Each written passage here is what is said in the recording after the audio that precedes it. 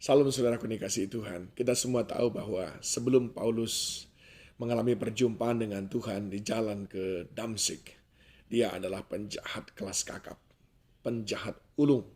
Dia memiliki ambisi yang luar biasa. Dia memanfaatkan keberadaannya, memanfaatkan kelebihannya, bukan untuk memuliakan Tuhan, tetapi untuk membinasakan orang-orang yang percaya kepada Tuhan dan menghambat pekerjaan-pekerjaan Tuhan. Tetapi kita dibuat terkagum-kagum ketika di dalam Galatia pasal yang kedua, ayat yang ke-20 dia berkata, "Namun aku hidup, melainkan Kristus yang hidup di dalam aku." Ayat 19 bagian B dia berkata bahwa aku telah disalibkan dengan Kristus. Saudara bisa membayangkan ini dengan luar biasa. Sebuah transformasi yang hebat. Mengapa saudaraku? Saya mengatakan transformasi yang hebat. Dulunya orang-orang Yahudi sedemikian egois dan juga sedemikian membanggakan dirinya sendiri. Mereka berpikir adalah orang-orang di luar Yahudi, orang-orang kafir.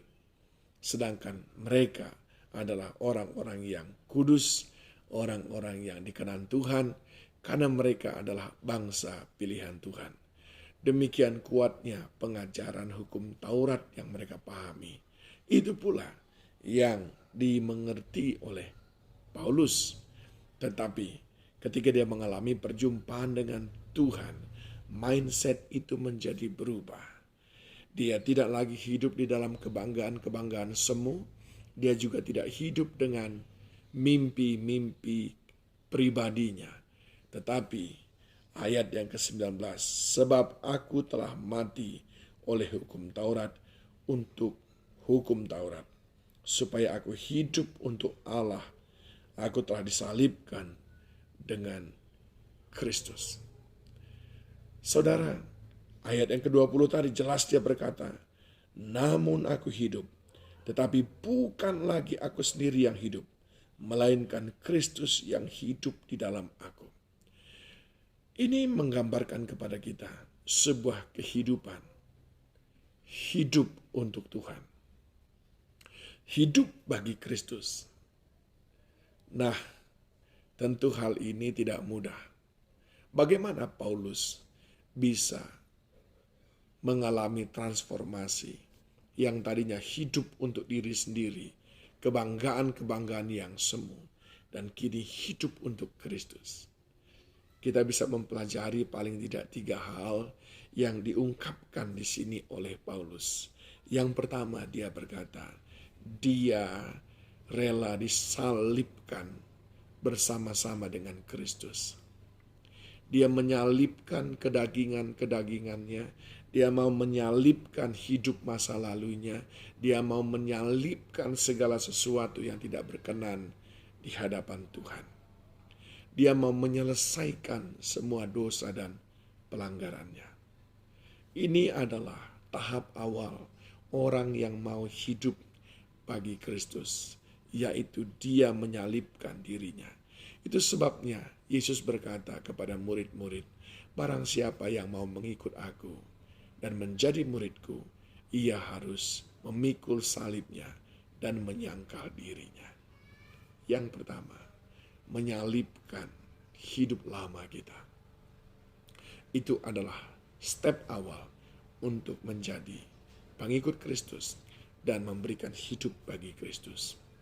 Yang kedua, Paulus berkata, ayat yang ke-20b, dan hidupku yang kuhidupi sekarang di dalam daging adalah hidup oleh iman dalam Anak Allah yang telah mengasihi aku dan menyerahkan dirinya untuk aku. Yang kedua adalah iman percaya kepada Anak Allah, yaitu Yesus Kristus sendiri. Paulus berkata, kini aku percaya dia adalah Anak Allah dan dia sudah mati bagiku. Dia sudah menyelamatkan aku. Dia sudah menyelesaikan segalanya. Aku menjadi pribadi yang bebas. tidak lagi diikat oleh kuasa dosa, tidak lagi terhubung dengan masa lalu yang kelam itu. Tapi Paulus berkata, aku percaya kepada Yesus Kristus. Aku beriman kepada Yesus Kristus yang telah mengasihi aku dan menyerahkan nyawanya bagiku. Itu adalah tahap kedua. Jika saudara ingin mau hidup bagi Kristus seperti Paulus. Dan yang ketiga dikatakan bahwa ayat yang ke-21, aku tidak menolak kasih karunia Allah, sebab sekiranya ada kebenaran oleh hukum Taurat, maka sia-sialah kematian Kristus. Yang ketiga, terima kasih karunia. Bahwa semuanya tentang hidup kita adalah karena kasih karunia Tuhan. Bukan karena gagah dan kuat kita. Bukankah firman Tuhan dalam Efesus berkata, bukan karena kekuatan kita diperoleh keselamatan. Bukan hasil usaha kita, tapi semata-mata pemberian Allah, kasih karunia Tuhan. Saudara mau hidup bagi Kristus, salibkan kehidupan masa lalu, kehidupan yang penuh dengan dosa, yang tidak berkenan di hadapan Tuhan.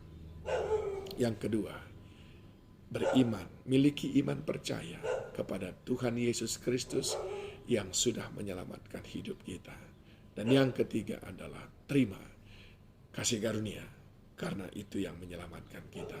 Karena itu yang membuat kita ada sampai hari ini. Tuhan Yesus memberkati saudara.